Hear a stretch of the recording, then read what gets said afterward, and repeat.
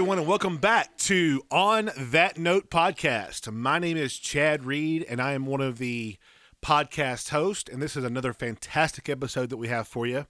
I'm sitting here with my wonderful and beautiful partner in crime, Miss Molly Montague. You're so sweet. Thank you, Chad. Yeah. And I am sitting here. Aw, you're beautiful. I'm sitting here with our very own Amore Jones. I'm cheesing if you can't see it. Yeah, they can't see it, but can you hear the smile on his face? I'm glad to be here.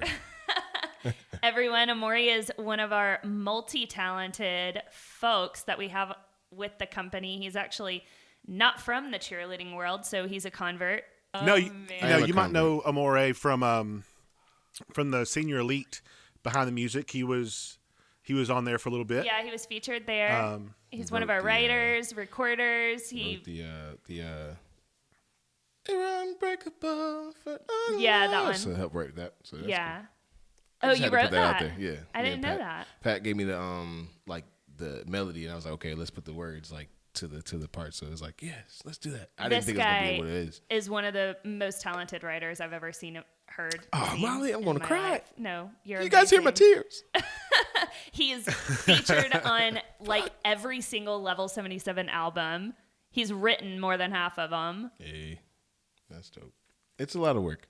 It is a lot of work. It's fun though. You're good. I do have fun. Thank you, You're very Molly. good at it. I wonder sometimes. No, you know, I mean, Molly, I've heard he's a good songwriter, and I've heard some of his stuff on our catalog stuff and Patrick's mixes, but I mean, I'm kind of still waiting on some things. Oh, you can't get him to write for you. Right.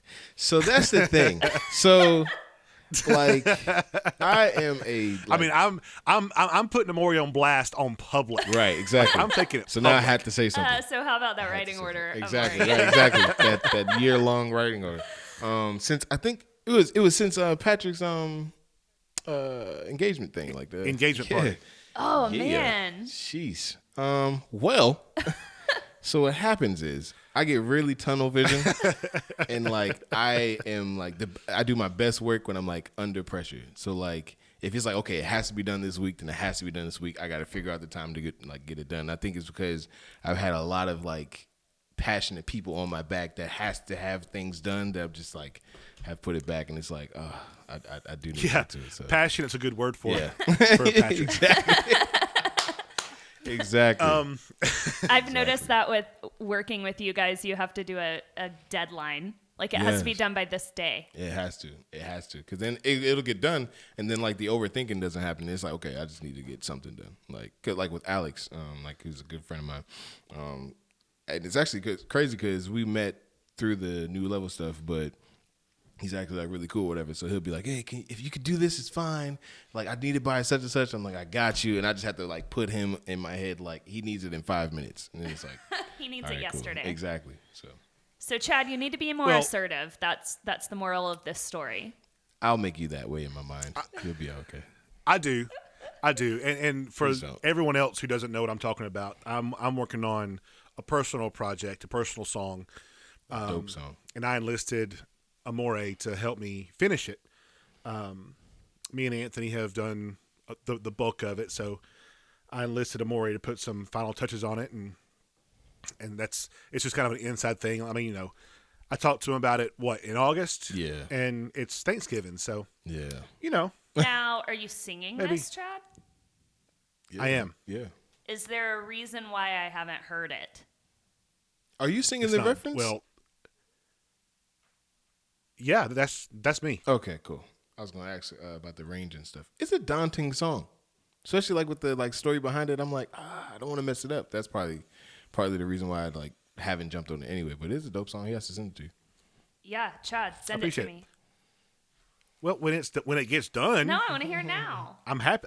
Did that sound whiny? Let you hear it now. Nah. I take it. Nah. We're just gonna have to edit me out of this podcast completely. I'm messing up so many things already. We're not even 10 minutes in, guys. Right. This is bad. This is fun though. I like this. All right. So on personal stuff, Amore has some personal projects happening. What's going on? I have an album out of just compiled songs from like the past 2 years that they don't have a place in a bigger project. So I was like, let me just kind of put like a playlist together, and I just like put it out just because I don't know, you can overthink and over prepare and like try to perfect everything, but sometimes you just kind of just need to be. And I realize now that putting things out there is like, oh, that's the process. It's not being perfect before you come out. So I think this album was just like, let me just be me, who I am today, and then just grow with people who like me. You know That's what I mean? awesome. So, I love that. What kind of genre is it? like pop and R&B. Okay. Yeah, so it's like a more ballads driven, but yeah, I would say like pop and R&B. You wrote and sang everything? Mm-hmm. Who did the instrumentals for it? Partly me, a good friend of mine. I didn't know you did that. Yeah, so yeah, I did. You do everything. I try. So my thing is like with music, and it just kind of goes, I guess, with the rest of the personal stuff. I don't have a lot of money, obviously, and when I started it, didn't have a lot of money. So it's like, okay, well, let me like try to learn as much as I can myself, so I don't have to go like pay for it every time I have an idea. So it's just like, let me just do this. So yeah, that's why I'm where I'm at right now. So the album is mostly me and like maybe 3 other people. My good friend Jeremiah Atkins, another guy, it's another great friend actually, like one of my best friends, Nova K, and then Marco B, and then really just us. So that's awesome. Yeah. Where do you have it released? Everywhere. Spotify. Plug. iTunes. What's it called? It's called Mental Property. It's it's called Mental Property, and it's everywhere. Just look it up, Google it, and you'll find it. Awesome. Yeah. Interesting. I haven't heard this either. I'm so You haven't in heard the it? dark. No. Really? I heard. I thought I didn't know Chad was doing anything. I mean, I knew you were. I don't know you. I don't know anyone anymore. Yeah, no. I got to send it to you. I'll send it to you. Yeah. I'll send it I want to to you. hear it. Yeah. For sure. So, okay, you're obviously musically inclined. You came from the music world, and then you were introduced into what we call cheerleading. Right. Music. Right. How did that go down? Where did you come from, Amore? Right, exactly. How So did we get you? I was at Sprint for like a year. Like So the cell phone place? The cell phone place. And it was actually like a third-party seller at Sprint. It's not even like actual Sprint, but it was Sprint. I won't name the place because obviously I don't like them. I was at Sprint.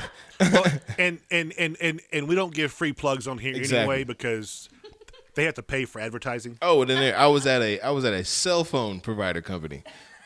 There you go. Exactly. Cell phone provider company. Sprint really cares about our Exactly. On That Note podcast. Watch they hit us with a letter. They will. Excuse me. Take it off. No. I was at Sprint. Sony cares, so Sprint can care. Exactly. That they do. Exactly. So I was at Sprint, and a guy that used to work with Yeah. Pillow, a guy named Pillow. He used to work with Pat like very heavily. Yeah. And Pillow was like really dope when I met him. He came in Sprint like because I guess his phone was like messing up, and I didn't know anything about cell phones. They literally like hired you off the street just because you could like smile and talk to people. So I was like, let's try this. Let's try that. Let's try this. Did you try turning it off and turning it Turning back it on? off. I did that like 5 times, and he was like, "Nah, it's just not working." And I'm like, "Well, that's what they say it should work, and if it doesn't, then I'd maybe check with Apple because maybe Apple knows something about it." But anyway, we were talking, but I had like my music playing in the background because obviously I do music, and then you can have music in the store. So I was like, okay, well, let me just kind of use this as a taste tester because I came from Longhorn, so I was already used to talking to people and kind of like talking and networking about the music stuff. So I was like, okay, well, if I can play my own music, then let me just play that. And if somebody asks, I'll just talk to them about it. So Pillow asked. That's smart. Right. Yeah, seriously. Right. So Pillow asked, and plus it's like licensable music because it's mine. So it's not like one of those like, who is this? So he asked, and he was like, who is this? Whatever case. And I'm like, it's me, me and my guy. Because Jeremiah was working with me at the time too. So he's like, okay, cool. That's what's up. We got to work on some stuff. And I'm like, all right, yeah, that's great. Whatever. Came back like a couple weeks later. He's like, my phone's still not working. I'm like, at this point, Can't you're just help you visiting. Right. At this point, I can't help you. My bad. So he was like, yeah, I got this opportunity with this guy who like was telling me like about like this cheerleading music. And I was like, oh, okay, that sounds dope. Like I heard nothing about it, but okay, that's good. And he was like, yeah, it's like, like for this much money and I don't know if I want to take it. And I'm like, man, you should. Like, it's hard out here for like writers and stuff. Like, you should, dog. Just do it. He's like, all right, cool. So then he was doing it, and it wasn't like I was his deciding factor. We were just kind of talking through it. It was like a year later, he hit me back. And he's like, yeah, man, it's been great. So actually, I want to bring you on as a writer. I'm like, that's perfect because I hate Sprint. So go ahead and bring me on. So we went to go meet with the guy, and the guy turned out to be Patrick. So I'm in Patrick's house. I'm like, oh, okay. So this is not just like regular stuff for cheerleading. Like, you are making a living. Not saying that Patrick's like out here doing, baller things, but it was good enough for me to want to get out of Sprint. So I was like, okay, well, like, what do you need? Let me just make myself accessible. What do you need so I can get out of my position? And I think from there it was just like, okay, cool. Well, we'll just start small, and then just sing you a few songs at a time to kind of write and see the flow. And I think the first week I did like 20 songs, and he was like, I'm just gonna keep singing you songs and just keep just keep turning back in. So I just got to the point. He was like, all right, so it just kind of makes better sense to kind of like, like make it a salary type thing because you're doing so much of this. And I'm like, that's amazing, because I hate Sprint. So please. Sorry, you haven't said that.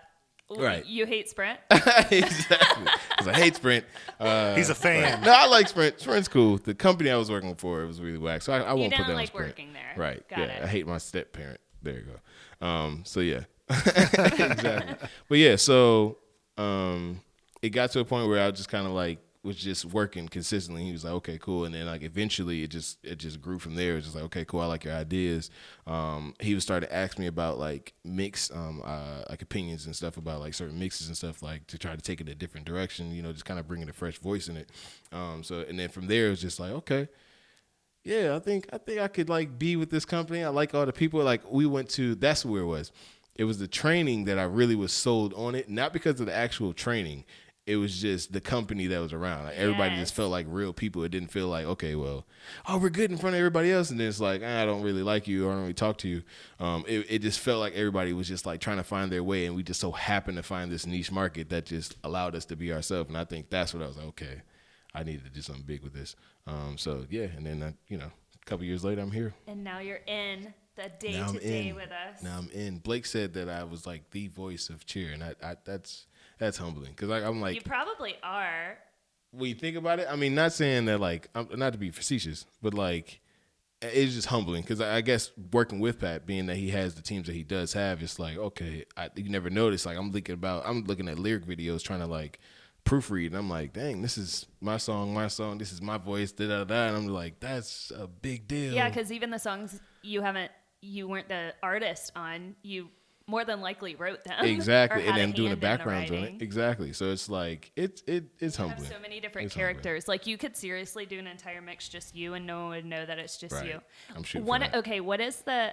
There's a Level 77 song. I think it's on the hip hop album, and you are rapping and singing. Wait, so the newest one or the old No, one? the old school one? Bass in the Trunk album. Crap, the Bass in the Trunk album. That was the old school one, right? You rapped and sang, and Desiree was listening to it and was like, okay, so who's that? And I'm like, no, that's both Amore. And she's like, no, it's not. What? I don't remember that. Oh my gosh, I'm going to have to look up which song it is. Yeah, I don't know what song that is. But it seriously sounds like two different people, and they're both you. What did I do on that? Oh. Which one is it? Oh, was it the Rise to Life? The little practice first. Oh wait. Practice first. I can't think of it remember. Right now. Yeah, but yeah, it's like a. And I've told you on the new pop album. Oh yeah. What's the pop album called? Nonstop, is it Nonstop Pop? Yeah. You have the Still Climbing song, which gets my heart. Yeah. Oh. I love that song. See, that's important. That's important because a lot of people, again, like you're a writer. And you have a very small opportunity to like have people hear your stuff. You know what I'm saying? So like when you do, it's like, dang, like, okay, I'm not just working in my room on something that nobody cares about. You know what I'm saying? So it's a big deal. So and that goes back to your point. You've just got to like put your stuff out there. Yeah, exactly. And see what people think. Exactly. Because you're never going to know. Exactly. So I brought this up a few episodes ago, Amore, and like I was sharing my story and how like I like to write scripts and I like to write stories and film and short films and all that stuff. Right. But it's difficult for me to sit down and write a song. Mm-hmm. creativity in writing is the same art form, but going from a song to a script is different. Can you help me understand why? Like, I don't know if it's just a part of a brain that I'm not accessing or what, but like that's why I reached out to you, because like I have a hard time simplifying telling the story within right. Oh yeah, we did talk about that. So Yeah. I don't know how it is to write a script. I've never wrote a script. Even in school, I was bad at grammar, but I was cool at writing stories, but never like long like stories. So I think kudos. I just want to say that first. Kudos to you to be able to write that. Second, I think with songs, it's like for me, it's a conversation. So it's like the most effective conversations, the most profound conversations is like when you can like get to the point quicker and then just kind of like make it like I guess like choose your words that kind of like pull a certain emotion. Like every word, every melody, every note kind of has like its own like emotion to it. So it's like, okay, if I'm writing this type of song, let's say for your song is more of a triumphant song. If I'm writing that type of song, then the words that I want to use are empowering words, you know what I'm saying? Or like words that are more like emotional, that can like people can relate to if they feel down and they need a little more encouragement or whatever. I wouldn't be writing something that's like, oh yeah, I'm in the club, and this girl told me that she could be a star and I said, yes, you can. That doesn't make sense. You know what I mean? But if it's like, right. If I'm writing something like I was in the dirt, I was in the ground, but then I grew from this and I became a phoenix, like that's a more like, I'm not thinking of like, okay, what's the story? What's the character? What's this? Whatever. I'm thinking about the conversation of it. Like if I'm talking to somebody, they don't know my story. They don't know where I'm at in my life right now. How can I best tell them that like in the shortest like time possible? So it's okay. Well, bet I was in the ground and I was down and out and I grew from that and I became this like amazing person. Okay. Then they'll be intrigued and then I'll be okay. Well, how? Okay, cool. Now I got you locked. Now I can tell you the song. You know what I mean? So it's like, right. It's just more, it's like an elevator pitch, I think, of scripts in a sense. It's like, okay, it's like how, that's a good right, exactly. Like, how can I tell this to you so you can get the point quick enough to where you want to like stay for the whole song at that point. You know what I mean? Right. Like with a story, you can explain yourself over a few sentences or a few paragraphs. Right. And with a song, you have to choose that one word that simplifies that entire paragraph. Exactly. And it's that's why metaphors are so important in songs. Exactly. Way more than like wordiness. Because like you can write a wordy song and it's like, what are you saying? Means nothing. What are you saying?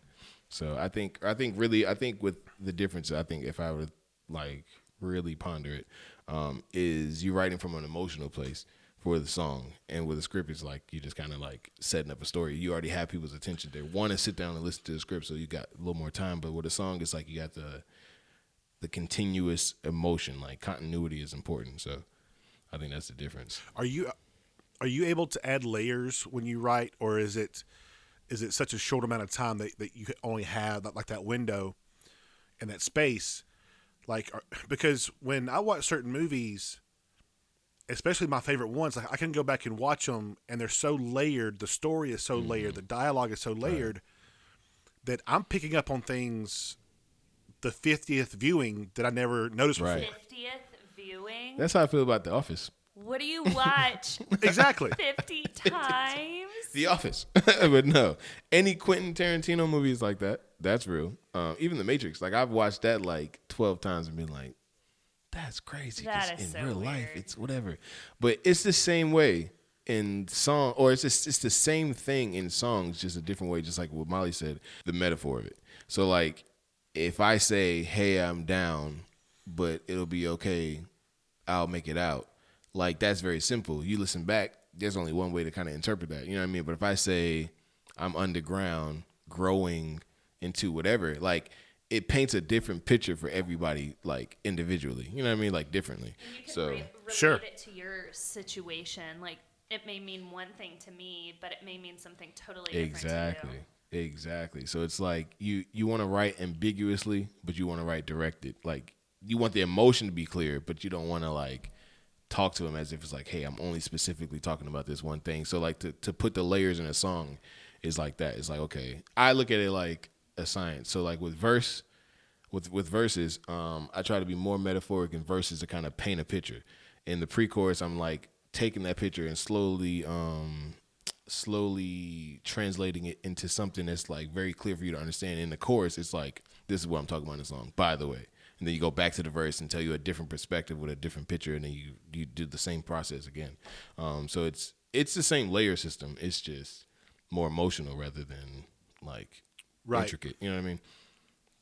Yeah, because like when I'm writing a story, depending on how long it is, I will want to plant a seed in Act 1 that might not get paid off until Act 3. But that seed is there, and you might forget about that seed. Like, it has to be, sometimes it's so subtle that going back and rewatching it, you're like, oh, that's right. That happens later. Right.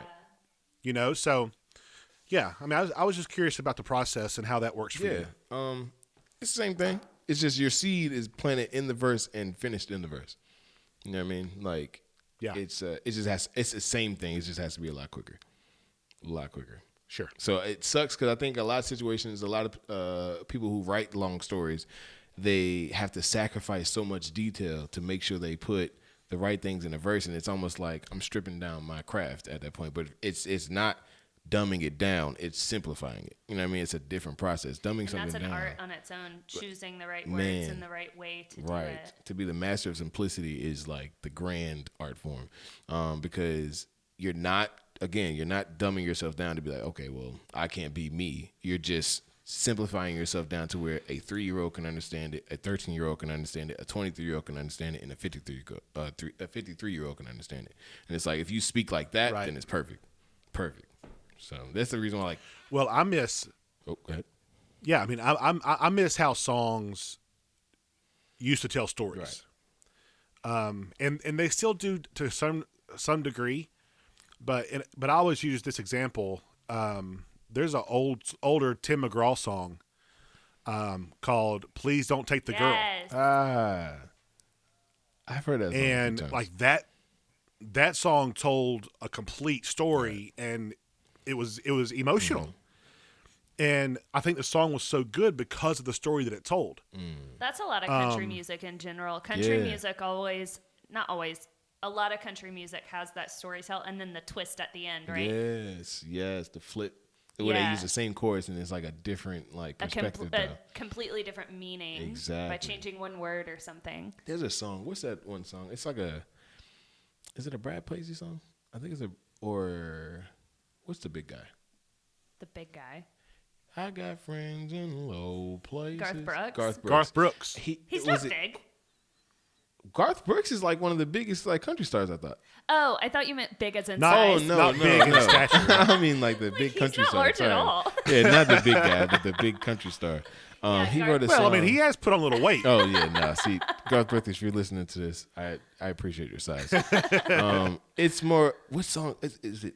It's like a whiskey song. Like, and he was basically talking about how his girl was like, oh no, the fishing. I think it's a fishing song. And he was like, how his wife gave him like a ultimatum, like if you go fishing, like I'm going to leave. And he's like, I guess I got to pack up, and I guess you got to leave because I'm going fishing. And it's just like how he wrote it was like, it was so emotional, and I wanted to feel him. Then when he dropped the hook, and I was like, what is a fishing song? But country music definitely leads in the story. Like that's perfect. If I would like tell somebody who wanted to like learn how to write songs from writing stories, listen to country music first to see how they like translate it, and then from there, pop music is just stripped down. So yeah, well, he had that song "The Thunder Rolls." Yeah. That one. That was a big one too. I'm thinking of what's the one. Oh my gosh, I can't even think of. The concept is they were like in a bus wreck, and there were, there was a preacher and a teacher, and what is that song? Is that a Willie? No, it's not. Willie Nelson song. And then at the end, there's like this big twist. I don't know. That was completely pointless because I can't think of the song. Song about a bus crash. It was a bus crash, and we're totally like summing up all country music right now. We're making it so stereotypical. I want to say Johnny Cash, but I don't even. No, it's a 90s artist. I don't know that one. It's like a teacher and a preacher and. Jeez, I don't know that one. Oh gosh, I can't remember. Anyway. Is it a country Yeah, song? it's a country song. And I'm going to think about it as soon as we're done recording. Country song. I'm like looking it up. Oh, are you? Yeah. I want to get it. It's a 90s song. Is it by Randy Travis? I don't know. No? I don't know. What are the words? I don't even know how to even look that up, though. Because I'm looking for lyrics, but it's not even... But yeah. I'm looking it up, too. We can edit the silence out. It's not 3 crosses? 3 wooden crosses? Yes, it's 3 wooden crosses. Yeah, Randy, who is that? Randy Travis? Randy Travis? What? At the end, here, let me see the lyrics real fast. I don't know how to look it up. Oh, we probably can't play it, can we? No. You could like look up the lyrics, though. I didn't type in lyrics. He's going to be like, yes! Oh, no, Thank you, God. Someone played this. I'm going to get my check. But it's 3 wooden crosses on the right side of the highway. And it's talking about how this person's narrating the story, and the preacher on the bus had given this woman, I think she was like a prostitute or something, he had given her the Bible, his Bible, before he passed away. And then at the end of the story, it comes full circle, and that woman was this guy that's narrating it. It was his mom, he had the Bible now. Oh, wow. See, so it was like... That's deep. It was really deep. That's deep. It was like, you'll have to listen to the song now. I'd love to watch something. Did you just play it? Do you know what I'm talking about, Chad? I haven't heard that one because I was thinking about it. It was a different song, and that's the one I just played, but it was Last Kiss by Pearl Jam. Not country, but I love some Pearl Jam. No, not country. I got to listen to that song. No, that one came out.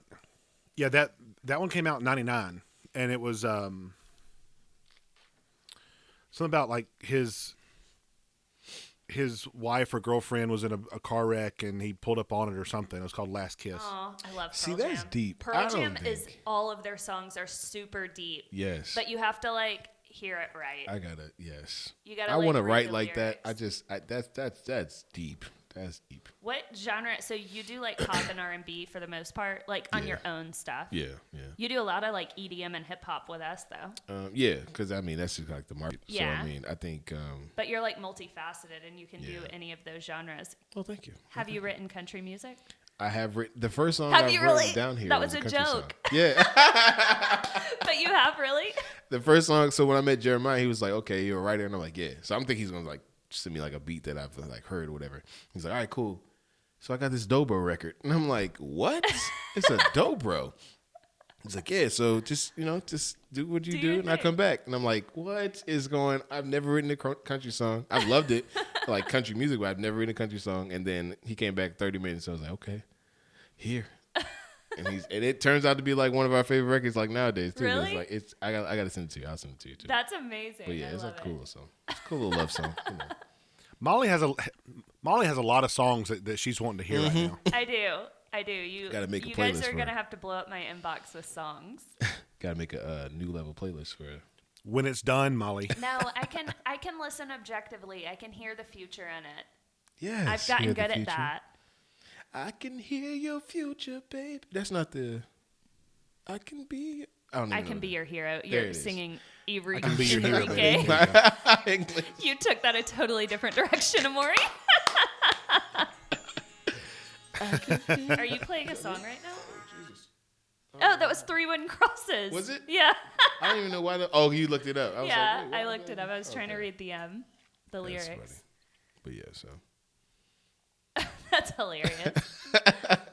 Okay, so bringing it back around to on topic because we went off on a tangent or whatever, which is good. That's what this is about, right? Exactly. Welcome, family. This is good. You are now family. So when you were introduced and Pillow told you that you were going to be writing for cheer music or whatever, you had to be a little skeptical. I was skeptical. You weren't just like, yes, No, not cheer at all. music. Not at all. Not at all. And I can confidently say that because I'm like the complete opposite now. Like when I first came in, I was like, okay, cheer music, like. What's this joke about? What? Like, bring it on. It's like, yeah. And I'm like, is it going to be in a movie? It's like, no, it's just like a competition. I'm like, so I'm never going to hear this outside of this arena. Okay. okay, well, how much does it pay? Like at that point, it's just like, how is it gonna make sense for me?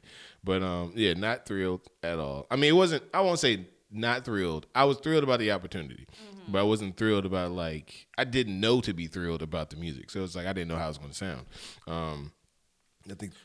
Well, because artists want to hear your stuff heard or seen or right things like by that. their like circles and stuff. Like I get right. that. So it was like I didn't know how that was going to translate. But then we like I don't know. I think as I was doing it, was just at first the practice of it was like helping me write way faster, way more efficient. So it was like okay, I'm cool with that. And then after a while, I think it just got important. And I think when it got important, I think was when I went to majors. Last year, right? Yeah, when I went to majors, and it was like these people are like really like going in like on these songs. And I remember this one part. I don't know what team it was, but it was the first time that Pat has broke. I don't know if he said he's done it before, but I haven't heard it. It's the first time he broke down the instrumental completely and just like had like a guitar and the vocals. And I was like, you should have more negative moments in your mixes. It's like perfect because when he did it, everybody cheer mixes go back to back, just complete energy, just nonstop. So, right? exactly. So when he did it, it was just like a pause, and it was just like the same energy. It just didn't have the bottom in it, and everybody else was like rocking. I was like, you should have that, and that's when I was like, oh, I'm interested in this, I guess. So how can we turn it up? How can we get to the next level? Was a good like first experience. Yeah. So that was your first competition that you attended. Only competition. So I want to go to NCAA. That's the only one. Mm-hmm. You've got to come to NCAA this year. When is that? Like either late February or early March. I don't know the dates this year. I think I can swing that. I'm going it's in on Dallas, which Dallas is just fun in general. Okay, yeah, so it's not. But, Dallas, Texas? Uh-huh. Okay, so not Georgia. No, not 45 minutes up the road. I just realized that there was a Dallas in Georgia, so I'm like always trying to put that in the conversation. Like, oh, you mean McDonald's? Okay, not Dallas. Okay, cool, not Dallas. Okay, the Georgia Dallas. Okay.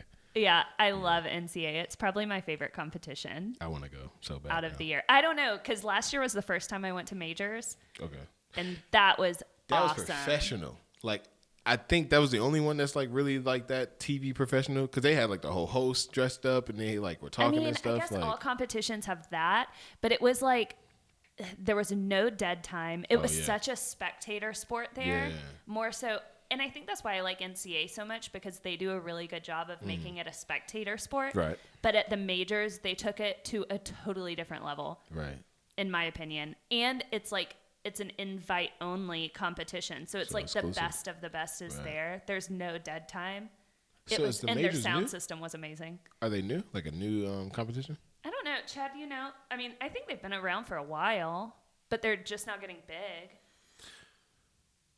It's one of the newer big ones. I mean, NCAA and UCA has been around for years, but majors hasn't been around that long. But you know, it's definitely not an NCAA or a cheer sport or things like that. I mean, it's definitely on the newer side. Okay, because I was like, why is that not as big as like the Worlds? Because like if it's invite only, then it's like you would think I need a major. You know what I mean? Well, I think they keep it small on purpose. Okay. Like.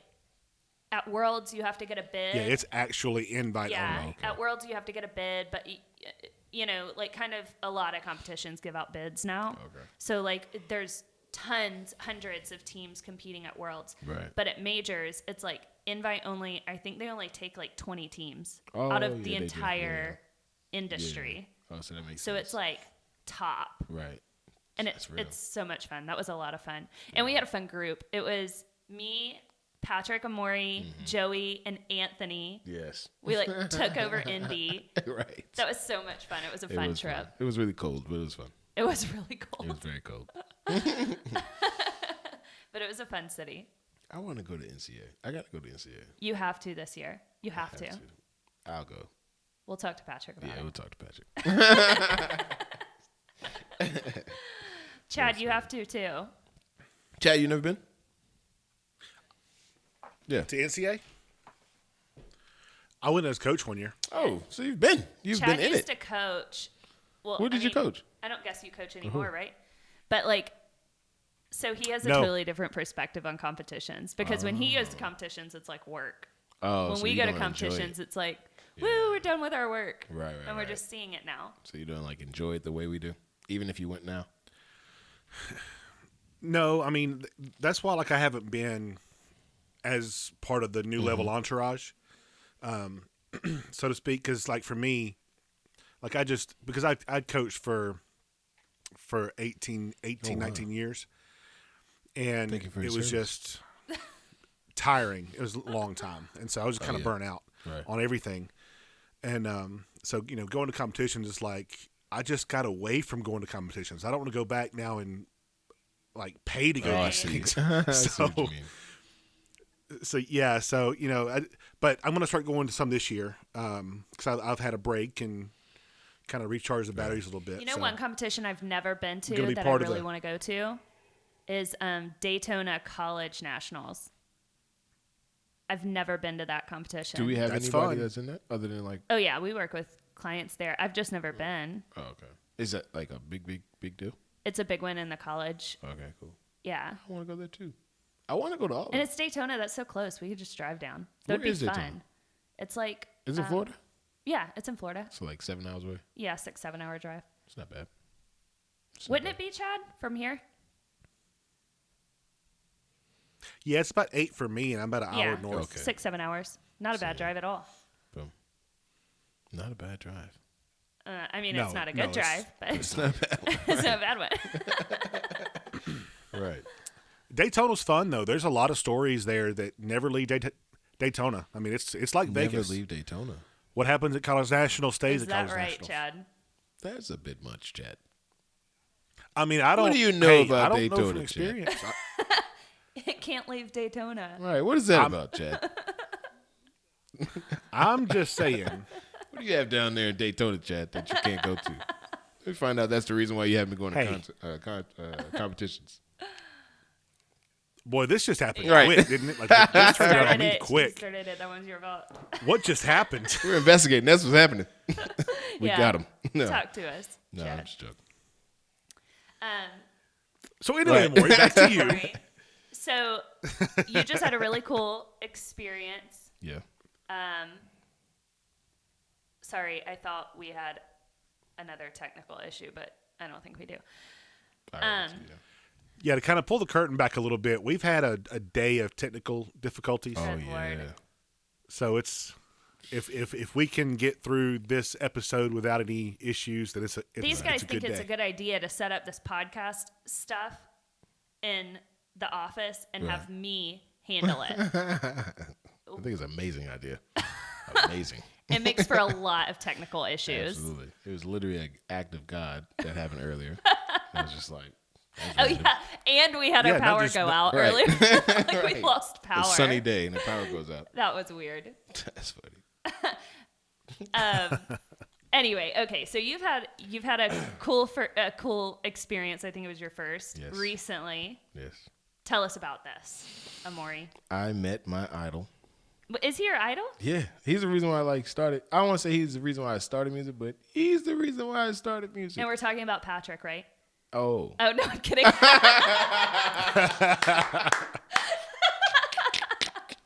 He's the reason why I do cheer music. So, yeah. Yeah. Okay, I'm sorry. Keep going. That's terrible. You met your Now idol. I feel so bad. Why? Pat, I love you. We love you, Pat. Because I'm like, oh, no, not at all. None of our jokes. Right. He loves it. I love Pat. But no, I met TPain. I'm guessing that's what she was talking about. Hoping. Yes, I am. Okay. I am. I'm like, wait a minute. Because if anybody else's name comes up, that's awkward. I met TPain. TPain is my idol. I don't know. It's just how he is. Like, he's like a goofy guy. He's like real chill. Like, or at least this is my perception before I met him. He was like really goofy. He was real chill. And it was like, okay, like, he just seems like a cool guy that just makes good music.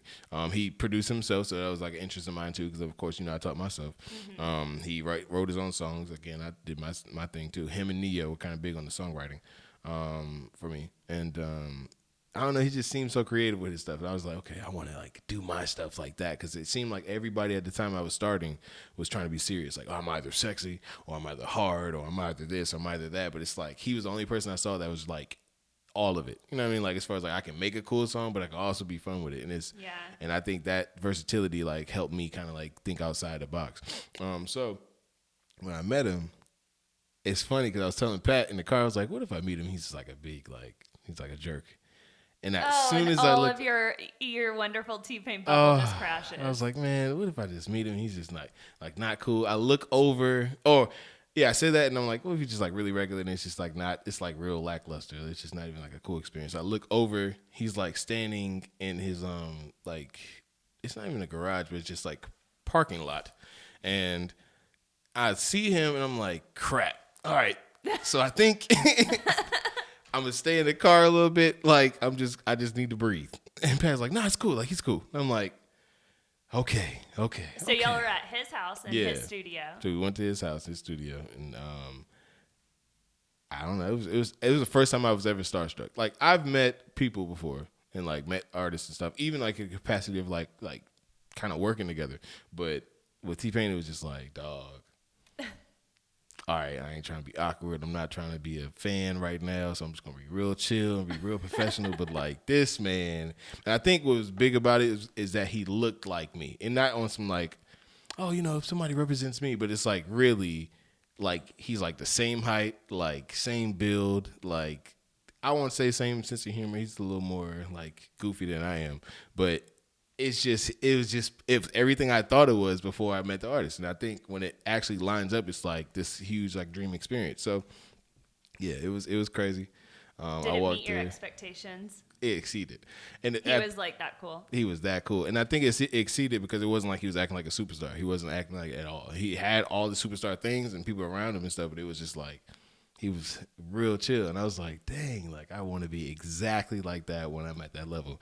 And I think that's important to kind of like see, like in order to see yourself there, like you kind of have to see someone do it. And it sucks because like with me, like I said, I'm very tunnel vision. I do my task at hand. I don't really, I can have a vision at a certain distance, but like I need to like put in action. I don't really think of it in daydream. So seeing him at the pinnacle that he is, knowing who he was for so long for music, it was just like I can be that. You know what I'm saying? So I think it was good because I was like, okay, I can finally see myself at the top with seeing him. So it was pretty cool. We sat down. I didn't talk to him at first. And he was like, yeah, what's up, man? I'm like, just head nods and stuff. All right, I'm like, yeah, what's up? Oh yeah, more. How you doing? I can politic, but I was very shy. Went through his house and I saw all his like hat collections of like. My favorite album of his is 3 Rings, and like his hat collections from that whole series. I'm like, oh my god, like this right in front of my face. I could steal it. I could steal it. I can steal it. I can steal it. I'm going to just walk out now. I think Pat will forgive me. I don't care if I ever meet him again. I think I'm going to steal one of these hats. But you didn't, right? I did not steal it. On the record. On the record, I did not steal it. I did not steal it. I didn't even touch it. We walked into his studio. Like, okay, so we walked through his house, and his house is like, I'm not to put all his business out there, but it's like a museum kind of feel. It feels homey when you walk in, but once you walk in, it's like every hallway has its own like theme. Mm-hmm. So we walking downstairs, I'm like, Jesus, like this man is like a graffiti in the inside. So walked through, like I said, saw his hats, and then we walked to his studio. His studio is nice. And I think he was talking about, I don't know. I think the biggest thing, before I even said it, the biggest thing with that experience was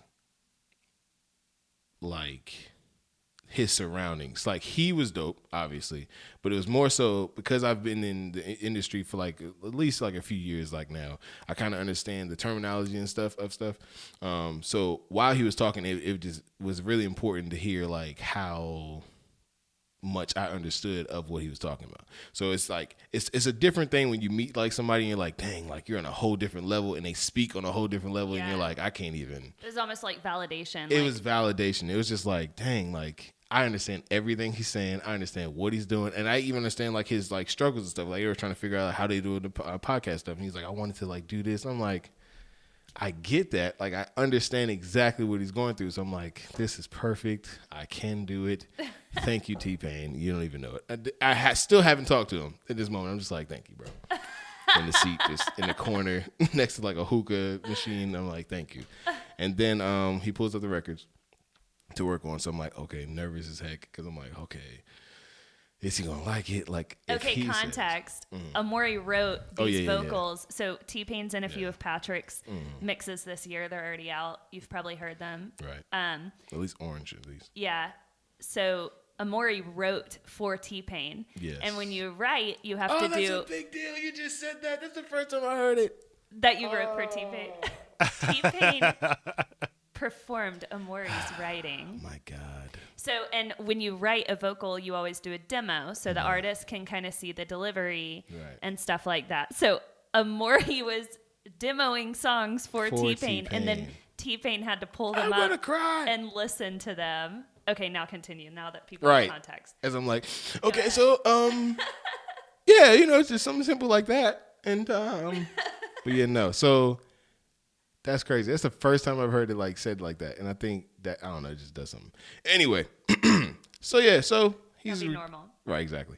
He's so he pulls up the sessions and stuff, and he pulls it up on like a touchscreen Pro Tools set. And I'm like, okay, of course you're a superstar. So it has to be something that like I could never have ever in a touchscreen Pro Tools. So he pulls it up and he's like, all right, cool. He's listening through it. I'm thinking, okay, cool. Like if he says these are whack, I can understand. He's TPain. Like it's not that big deal. Like I'm straight. So as soon as he pulls them, I'm like, you can change the key. You can rewrite it if you want to. Like it's not that big a deal. That's the first thing I say to this man. I'm like, what a dummy. Word vomit. Right, like what a dummy. You can change the key. It's not solid. You can do whatever you want to do. And he's like, nah, it's all good. And I'm like, all right, I feel like a nerd. So he pulls it up. He's like, okay, he's rocking. He's walking around. He's like smoking his hookah. Which, do you inhale hookah? I don't know. I thought you were like supposed to like, I don't know. Like a cigar? But he was inhaling it. Like it was like. Well, he had to. He was about to sing some but stuff it's you wrote hookah. for him. I could see if it kidding. was right. Exactly. Right. Honestly though, so he did it. He was listening to it, rocking with it. Did a huge inhale, blows it out, looks at me. He's like, I appreciate that you think that I could do this stuff. I appreciate it. And goes right back and listens to it. I'm like, what does that even mean? So I'm like, okay. Thank you. So you could change it again. You could change it if you don't like it. And he was like, no, this is amazing. I'm just glad that you have faith in me that I can reach those notes. And I was like, okay. Wow. Okay. That's a backhanded compliment, but I'm gonna take it as a compliment. I rock with you too. Thank you. So we go through it. He's like listening again. Like he has to keep listening to it to like get the delivery to like be able to spit it back. It. Exactly, to be able to deliver it back. So he's like singing. He's like, man. He's like, what are you doing here? Like, da, da, da, da. He's like doing the cadence and stuff. And I'm like, oh, I'm stomping T-Pain. What? Ain't no way in the world. Because I simplified. I simplified the writing down because I constantly run into situations where people can't do what I do all the time. And I'm thinking they can't speak as fast as you? Speak as fast, maybe sing the way that I sing. It's not like I'm like doing anything crazy. It's just I hear their voice and I'm like, okay, if you did this, it'd be amazing. But like I'm not trying to write something that you've already done before. So like what's the point of doing that? You're working with me. So I can hear your voice, and as long as you can pull this off, it'd be amazing. And I've run into a lot of situations where people are like, it's like a little daunting. It's not how they naturally move, so it's harder for them to kind of like understand their pattern. Like genuine if they. Exactly. So like with him, he was listening to it and he was like, okay, what are you doing here? I'm like, okay, this is hype. But I'm also kind of like disappointed because I'm like, I wanted you to kind of like feel like natural in it, but he made it his own. When he like singing, it was like, okay. I mean, that's basically exactly what it is. And he was like, yeah, man, like, I'm going to tell you right now, bro, like, you're amazing. So just keep doing what you're doing. I'm like, dog, oh, my God. And again, Pat's in the room. So anyone who knows Pat knows, like, he thrives off of passion and energy. So, like, I'm trying to keep my composure. Pat's over in the corner, like, looking at me like like excited exactly, for you. like, he likes it. Like, what's up? So I'm like trying to like keep calm. I'm like, dog, just relax. And he's like, yeah. If I smile, I'll cry. Oh so my just God. Leave me alone. Exactly. So he was like, man, you're amazing, dog. Just keep doing what you're doing. And of course, like that's kind of like the politics thing. But when he said it was like, I was like, okay, you really believe it. Pat looks at me like, so it's like, yeah. He writes most of my stuff. Like most of the stuff you hear, and I'm like, exactly. So I'm like, Yeah, okay, cool. So I didn't trip about it. I was like, I'm grateful that he even brought me. So I'm not tripping. So he goes through the songs and stuff. He knocks it out. At the end of it, he's like, yeah. So that's a lot. Good. Thank you for the workout, whatever the case is, and then whatever. And I'm like, yo, can I get a picture? I just at least need to get a picture. And he's like, all right, yeah, it's cool, whatever. I'm standing next to him, and I would take whatever picture, whatever. I see it's like a Nappy Boy logo at the bottom. I'm like, dang, like my biggest dream was like to be one of like the Nappy Boy like artists or whatever. I'm like, this is amazing. I'm like, yo, appreciate it, man. I'm glad you blessed the tracks. Like, this is whatever. And he was like, man, it's nothing, man. You dope. You talented, man. This is gonna be great. And I'm like, yeah, it is gonna be great. That is so cool. All right, can I have a hug? That's fantastic. Right, but yeah, no, it was dope though. It was dope. That's so cool. Yeah, I think it is a really good story. I think it's so cool that like that happens to make what we do. Like people just have no idea what all goes in to do this stuff at all. It's like once a year there's something that like reminds me like that this is like the right path. Like like last year it was the majors to finally see how it affects people. This year is like, dang, like while I'm not like writing something that's on billboards or on radio or whatever the case is, like I'm still reaching the people that I've been wanting to reach, for the whole life, and they respect me for my craft. It's real stuff. It was real, exactly. So it just, it definitely dialed me in. So shout out to TPain, and I will be a Nappy Boy soon. And, I apologize for crying on your shoulder. So, forgive me. But yeah, no. Well, Chad, I'll do the pun this time. Are you ready? Your pun. On that note, we appreciate you, Amore, for talking to us. I think that's a great ending spot. Yeah. This was Absolutely. fun. We really the pun was you. the note. On that note, it's the name of the podcast. Usually like Chad that. Squeezes it in there somehow, but I like that. I felt That's cool. so inclined. All right. That was a perfect moment. Thank you. And I just ruined it. I'm on my craft today. Hey. Yes. Yeah. But this was fun. Do all your social media stuff so people know who you are, where to find you. So you can find me on Instagram, Facebook, Twitter, anything. Amore Jones, and Chad was saying Amore strongly earlier. It's Amore, Chad. So your song will be coming to you in 2023. No, I'm joking. No, Amore Jones, Amore Jones, Jones on anything, and just follow me. I'm pretty shy, but I'm trying to, break the shell. I don't know. I'm not pretentious, so there might be some years, but who cares? Follow me, enjoy it. Check out my album, Mental Property, on everything. Just look it up. Enjoy it and let me know what you think. Awesome. Thank you. And apparently in 2023, you can hear the song that 2020. Top of 2020. Top of The latest. Okay.